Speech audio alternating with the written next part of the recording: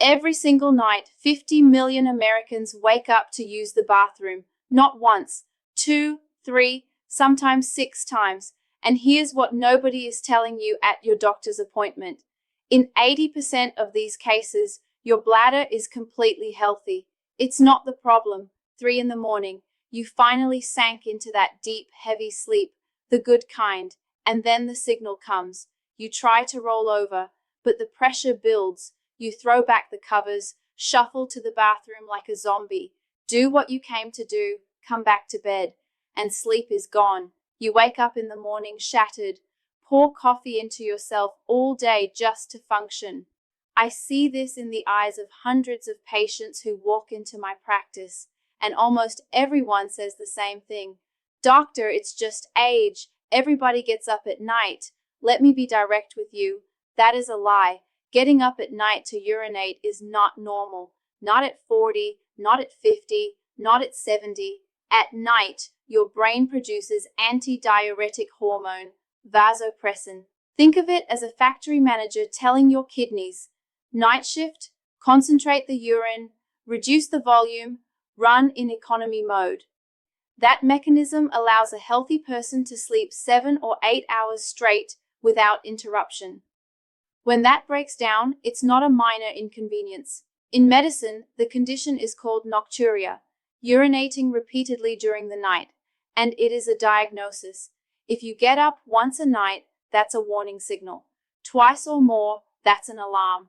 Because every time you wake up, your pulse jumps, blood pressure spikes, and you interrupt deep sleep, the phase where your brain clears waste, neurons repair, and your heart rests. Years of losing this phase leads to hypertension, depression, and accelerated brain aging. Clinical research shows nocturia stresses the cardiovascular system faster than smoking. My name is Dr. Jane. I'm a physician with 18 years treating patients over 60 who suffer from nocturia. And what I'm going to show you will completely change how you see this problem. Because here's the truth.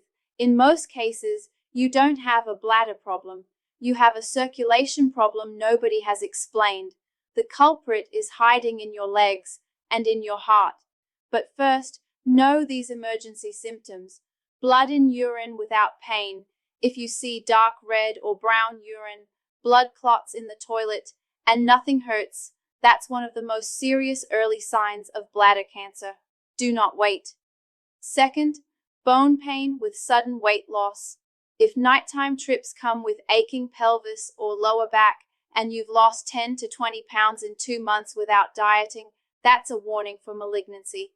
Third, acute urinary retention. You feel desperate urge, you strain, and nothing comes out. That's an emergency. If none apply, breathe. You're going to be fine. In urology, nighttime urinary problems divide into 3 fundamentally different types. Type 1. Global polyuria, producing too much urine day and night. Large volume every time. Usually either excessive fluid intake or diabetes. Needs an endocrinologist. Type 2. Nocturnal polyuria, found in 60 to 70% of people over 50. During the day, completely normal. But the moment you lie down, the nightmare begins. 3 or 4 trips per night. Full bladder, large volume each time. You had half a glass of water. Where did 1.5 liters come from? Your kidneys switch their filtration to nighttime hours. If this is your type, the bladder has nothing to do with it. Type 3, reservoir problem, frequent sudden urges. You rush to the bathroom and almost nothing comes out. The problem is the bladder itself, or, in men, enlarged prostate. The bladder lost the ability to stretch, or its nerves became hypersensitive. Identified your type? Keep it in mind. Now let me tell you about Margaret. 68 years old, solid woman, not a complainer, only sees a doctor when desperate, and she was desperate. She walked in with a thick folder, bladder ultrasound, blood tests, prescriptions. Doctor, it's my bladder or cancer. I'm losing my mind. Her timeline: first, 1 trip a night, ignored it, then 2, then 3, last 6 months, 4 or 5 times per night. Margaret had done what the internet tells you. She bought cranberry supplements, bladder teas, herbal blends, then strict liquid ban after 6 p.m., not a drop of water, not even fruit. She went to bed with maddening thirst, and still at 2 a.m. she released half a liter. At 4 a.m., another half liter. Where was it coming from? When she sat in front of me with eyes red from sleep deprivation, I looked at her lab work. Bladder clean, no stones, no infection, urologically healthy, yet this woman was suffering. So I stopped asking about urination. I started asking about how she lived. Any shortness of breath? When I climb stairs, I have to stop and catch my breath. Do your socks leave a groove on your leg? Yes, there's an actual indentation, but doesn't everyone have that? Right then, the picture clicked. Margaret, throw out the bladder teas. I'm referring you to a cardiologist and sleep specialist. She looked stunned. What does my heart have to do with it? But she listened. Here's what the specialists found. Early stage heart failure. Hidden, no dramatic symptoms. During the day, Margaret's heart worked at its limit. It couldn't fully circulate blood volume. Fluid was pooling in her legs. And obstructive sleep apnea, pauses in breathing during sleep. Sleep apnea disrupts antidiuretic hormone and forces kidneys to work actively at night. When Margaret was taking bladder supplements, she was fixing a leaking faucet while a pipe had burst in the basement. Let me walk you through the physics. Picture a plastic bottle half filled with water. Upright, water sits at the bottom. On its side, water distributes evenly. Your body works the same way. 16 hours a day, you're vertical. Gravity pulls everything downward. Blood, lymphatic fluid, all toward your feet and ankles. When we're young, blood vessels behave like strong elastic tubes. Valves hold blood firmly. Leg muscles pump blood upward against gravity. But with age or sedentary life, this weakens. Veins expand. Valves leak. The muscle pump shuts down. Fluid seeps through vessel walls into soft tissue. In the legs, up to 1.5 liters can quietly accumulate. 1.5 liters, 3 large mugs of tea. And you may not notice. The sock left a slight groove. So what? Your kidneys don't see that water. It's outside the bloodstream. Now comes evening. Margaret gets home, has dinner with something salty, cheese, ham, and sits in front of the TV. 7 to 11 p.m., 4 hours, legs hanging down, gravity keeps working, fluid keeps accumulating, then she lies down. Here's where it gets critical. Her legs rise to the same level as kidneys and heart. Gravity no longer holds fluid down. All that fluid, collected over 12 hours in the tissue sponge, begins rapidly returning to the bloodstream. It rushes in a powerful wave toward the body's center. Circulating blood volume rises sharply. Imagine someone injected an extra liter directly into your circulatory system within an hour. That's precisely what happens every night when you have hidden edema. And at this moment, the conductor steps onto the stage, your heart. Specifically, a hormone called atrial natriuretic peptide, ANP. When returning fluid reaches the heart, the right atrium fills and stretches beyond normal volume. The heart recognizes overload. It releases ANP into the bloodstream. A chemical telegram to the kidneys. Dump excess fluid immediately or I will fail. This hormone blocks aldosterone, which retains water. Your kidneys shift into emergency mode. They filter blood at accelerated rate, expelling water and sodium to protect the heart. Result? Within an hour of lying down, your bladder is full. You get up, go to the bathroom, come back. But leg fluid hasn't finished mobilizing. The process continues. 2 hours later, full bladder again. Cycle repeats until morning. That's why Margaret, who hadn't drunk anything since 6 p.m., was running to the bathroom all night. She was literally drinking through her legs. Her legs stored 1.5 liters during the day. At night, all of it funneled through her kidneys. No bladder supplement could stop it. Those interventions targeted the completely wrong organ. Treating your bladder with pills when the cause is in your heart, legs, and gravity is like taping over a fire alarm sensor. Your body is trying to save you, and you're trying to stop it. Now, how to check whether this is happening in you? No MRI, no complex lab work, just your hands and a few minutes. Test 1. Locating hidden fluid. Sit comfortably, find your shin bone, place your thumb against it roughly 4 to 6 inches above your ankle, press firmly, and hold for 10 to 15 seconds. Remove your thumb. What do you feel? If skin immediately springs back smooth, no significant edema, but if your thumb left a pit that doesn't fill back in for several seconds, you've just located a hidden reservoir of fluid. Even if your leg doesn't look swollen, that pit is evidence your tissues are saturated with water. At night, all of it moves through your kidneys. Test 2. Simplified urine diary. Record urine output separately, daytime and nighttime.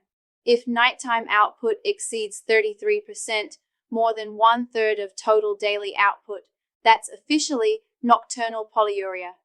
Simple example, over 24 hours, you produce 1/500 milliliters. If 500 milliliters or more came at night, this is your situation. Your kidneys inverted their schedule because of edema or hormonal disruption. If both tests positive, pit on leg stays, and at night you're producing large amounts of pale urine, we can relax. Your bladder is most likely fine. You don't need surgery or lifelong medication. You need to work on circulation and daily routine. That's what comes next. Before I reveal the protocol that saved Margaret, do something for me. Your age matters more than you think. The fluid redistribution mechanism becomes progressively pronounced as the venous system ages. Research shows that in people over 50, nocturnal polyuria, driven by peripheral fluid mobilization, occurs roughly 3 times more often than in those under 40. How old are you? Write it in the comments. I want to see which age group makes up our viewers, because it will shape what I cover in future videos. If you recognize these symptoms, leave a like right now. Now, let's talk about what makes everything worse. Foods that act like a delayed switch on your kidneys. When I ask patients what they eat evenings, most say, "Doctor, I watch what I eat. No salty snacks." Then it turns out dinner was cheese and ham, or crackers with cream cheese before bed. Hidden salt. We've been trained to think of salt as shaker salt, but 80% of salt comes from processed food. Cheese, cured meats, mayonnaise, bread. 100 grams of hard cheese contains as much sodium as an entire bag of chips. You don't taste it. It's masked by fat, but it's there. You eat a cheese sandwich at 7 p.m. Sodium enters your blood. Your body activates defense. Too much salt? Dilute this. In evening, you're not running to bathroom. Salt keeps water locked in. But overnight, kidneys detect accumulated sodium and actively excrete it. Sodium pulls water behind it. Result, you wake up not because you drank too much. You're eliminating last night's cheese. Second enemy, evening sugar. Simple carbs spike blood glucose. Pancreas fires insulin. Insulin signals kidneys to retain sodium and water. Then, blood sugar drops. Kidneys switch to active fluid excretion. You get a biological water pill from eating grapes or watermelon before bed. Third false friend, alcohol. It helps you fall asleep faster, but simultaneously blocks antidiuretic hormone. Your kidneys run at full filtration speed with no restriction. The bladder keeps filling until the urge becomes painful and impossible to ignore. Now, what actually helps? First, raw pumpkin seeds. They contain magnesium and zinc. Magnesium relaxes smooth muscle, including bladder wall, helping it expand before triggering urge. A handful, 30 grams, daily. Second, cranberry, not bottled juice. The actual berry, frozen or fresh or standardized extract. Cranberries contain proanthocyanidins that prevent bacteria from adhering to bladder lining. This reduces chronic irritation and calms the bladder. Third, adequate fiber. Chronic constipation means bloated colon pressing against bladder. Vegetables, greens, bran regulate bowel function. An empty colon at bedtime gives bladder room to expand. Practical summary: eliminate hidden salt in evening. No cheese, cured meats, condiments at dinner. No fruit, baked goods, or sweetened drinks after 6. No alcohol before bed. Add raw pumpkin seeds during day and unsweetened cranberry. Margaret did only that. She replaced sausage and cheese dinner with vegetable and chicken salad. Just from that, she eliminated 1 nighttime trip out of 5. Progress, but not victory. Why? Because food is foundation. But if venous valves are failing, nutrition alone cannot override fluid physics. We need heavier tools. This brings us to the most practical part: what I do every evening. The routine that became Margaret's turning point. A simple 3-part daily protocol. 5 minutes total per day. Part 1. Morning. Starting the pump. When you get out of bed, stop for 30 seconds. Do vibrational exercise. Stand upright, feet shoulder width apart. Rise onto your toes 1 to 2 centimeters. Let your heels drop back down with a light, firm impact. Feel mild vibration traveling from calves through thighs into abdomen. Repeat 30 times at roughly 1 drop per second. That's 30 seconds. What's happening? Inside veins are small valves that prevent blood from flowing backward. With age and inactivity, these valves become sluggish and fail. The rhythmic vibration literally shakes them back into action. That's the best prevention for evening leg swelling. And it starts at 7 a.m. If standing is difficult, raise both arms and legs straight up and shake them with small, rapid movements. 60 seconds. Activates lymphatic drainage. Part 2. Daytime. The waterfall method. One firm rule: 70% of total daily fluid intake should happen before 4 in the afternoon. Glass of water after waking. Water bottle at desk during work. Tea and soup at lunch. After 4, turn the tap down. Not off. Thirst is dangerous. But after 4, only small sips as needed. And one sodium control step: remove the salt shaker from your table entirely. Salt food only in the pot during cooking. That single act reduces daily sodium consumption by 20 to 30%. Part 3. Evening, the critical move. Here's the thing worth watching this entire video for: approximately 1 to 1.5 hours before bed, while watching TV, reading, or resting, do the lazy elevation. Lie on sofa or floor, place legs up on armrest, back of chair, or prop against wall. One requirement: heels must be higher than heart level. An angle of roughly 45 degrees works well. Stay in that position for 15 to 20 minutes. Read, scroll phone, listen to podcast. What happens? Gravity now works for you. It pushes fluid from lower leg tissue back into bloodstream. Blood flows toward kidneys. Heart receives signal of increased volume and releases ANP. Kidneys shift into active filtration mode. Bladder begins to fill. But you're awake. You're in control, fully alert.